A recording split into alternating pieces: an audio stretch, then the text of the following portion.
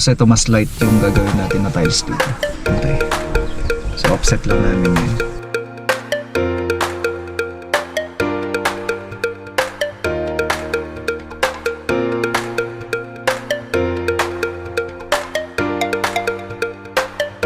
Yan, so ito na yung ginawa natin sa kitchen natin.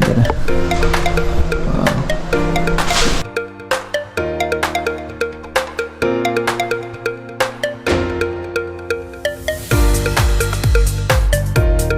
Gandang umaga. Ready tayo para sa biyahe natin bukas. Pero bago tayo magbiyahe, syempre, libutin muna natin yung mga proyekto natin dito sa Vizcaya kasi kahapon hindi kinaya ng oras natin. So ngayon, ayan, puntahan natin yung mga proyekto natin dito. So pupunta tayo ng project natin sa Wakal. Ayan. So ni-revise natin.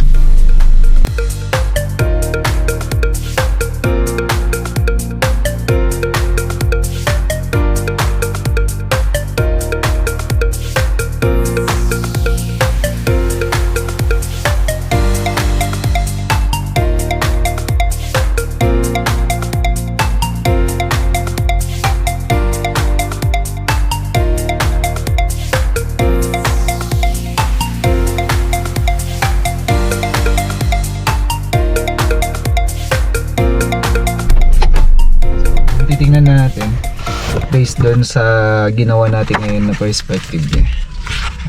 Malaki na yung pagbabago. So approve na to kay client. Bali dito fluted panel yan.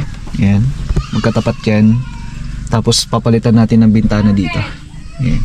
So ipaparehas natin yan. Although ito is stair, so hindi naman na magiging visible yung sa likod kasi gagawin natin yan reflective glass na lang. Tapos ito naman tile cladding, no?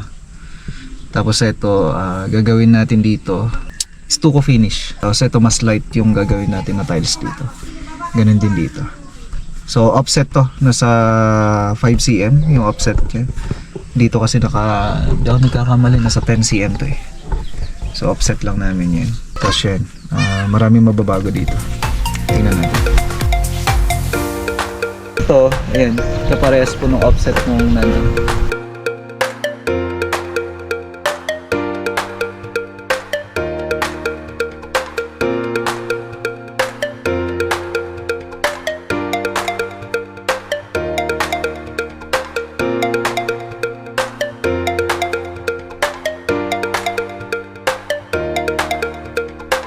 Ito na, fluted panel din.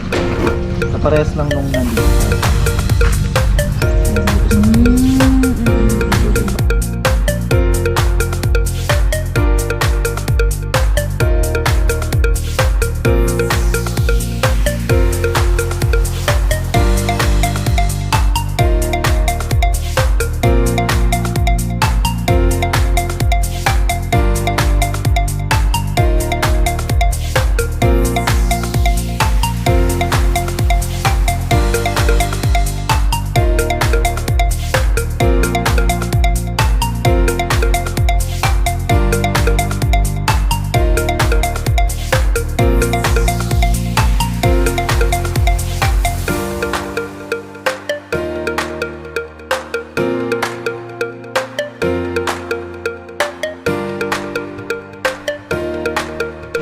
So ito na yung ginawa natin sa kitchen natin. And okay na.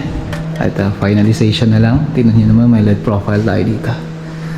And then lights. Tapos meron tayong island, center island natin. Meron siyang fluted. Fridge. Yun, no? 2 doors. So nagre-range to ng mga 150 to 180 up to 200. Tapos ito naman, pantry. Ayan. Tapos syempre, meron tayo dito digital na yung ating range hood. So ayan, may air duct yan. Tapos syempre, yung ating lagayan dito, accessible. Ayan. So ayusin pa natin lahat to. Paglilinis na rin, syempre. Bean cabinet. Tapos cutlery tray. May pull-out tray tayo dyan, dalawa. Cutlery tray. Tapos may drawer. Tapos meron tayo dito Yeah, konti. So, yung organizer. Tapos DIY na condiments tray. LED profile. Yan siya. So, dito sa may center island namin ay may mga drawers pa tayo.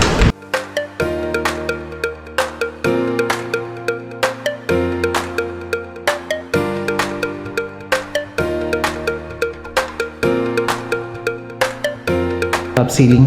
So ito, syempre, tinakpan lang naman to. Ayan, glass. Bali, pansamantala. Kasi ito, i-clear pa namin lahat yan. Ang ayusin na lang namin dito, TV console. Sa ngayon kasi, prepare namin yung wall sa labas para malinis at saka iwas kumbaga tulo dito sa loob. Then, ito naman na yung ating railing or yung glass. Tapos meron siyang handrail na wood. So mahogany wood yan. And then yung hagdan natin. Yan ang project natin dito sa Wakal. Kaya nga yung sa harapan, inayos na rin natin. Kung saan kailangan nating ayusin. Kaya gumawa tayo ng panibagong perspective based dun sa kung ano yung actual mga kamusta. So eto, mababago yan. Alisin na natin ito para iwas disgrasya. And then, based dun sa perspective natin, ayun na, inaayos na natin. Isa. Yan na, tatrabahuin natin ngayon mga kamusta, no? At abangan nyo to sa mga susunod na videos natin. Ayan. Kasi sabi naman ni tita, okay na.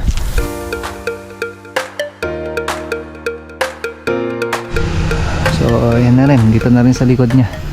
Ayan, matagal na natin sinilingan yan. Ayan, yan sa may ceiling natin. Sa ngayon dito naman, ayusin na lang yung mga yan. Tapos yun, pinapapalitadahan na rin natin. No? Dito sa may side, nalis na natin yung scaffolding niya. Ayan, close na rin natin. Tinaasan na rin to. Ayan, so bali pinapantay na lang yung mga bintana ron. Para maging parang bintana lang din yung tsura niya.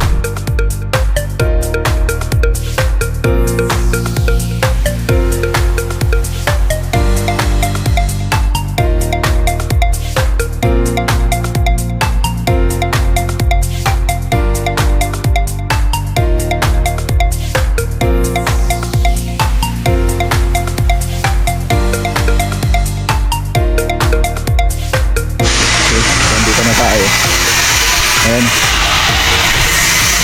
Matagal-tagal din na stock doon. Tagal ko na rin binili to. Ngayon papagawa na natin. At yung ibang mga kolong-kolong kasi natin nagbibiyahe na. Biyahe ng Manawag. Tsaka yung isa na sa Aritaw. Kaya kailangan ng kolong-kolong dito. Meron pa yung isa. Bali 4 kasi itong kolong-kolong natin. Si Verde. Ayan, inaayos na rin. Ayan siya.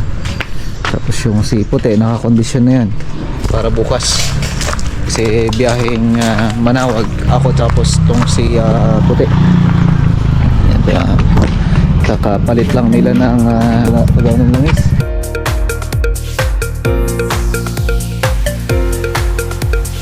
Ayan si Bart, so hello bro. Ikakasal na yan.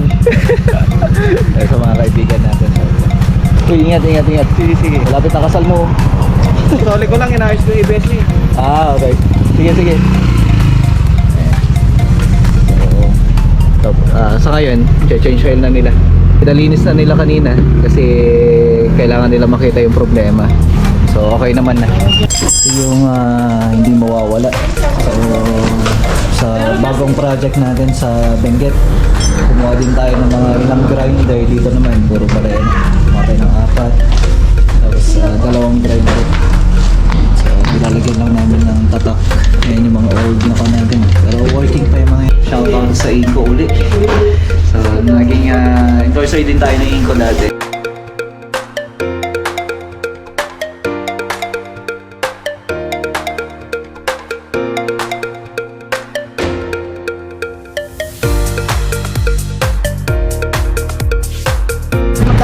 Ayan o. So na-ready na si Puti. At ngayon nga po ay magkakarga na kami ng mga gamit. May gypsum board, nandun pa. Tapos yung mga metal paring, bababa na namin. Tara, karga na.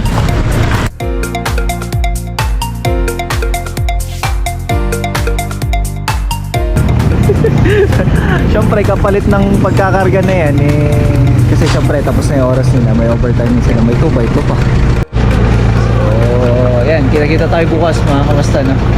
At pupunta na nga po tayo ng Manawag. At maraming salamat sa pagsubaybay nyo sa araw na to. So inayos lang natin yung mga papers ngayon, kung ano pa yung mga kailangan bago tayo bibiyahe. Bye!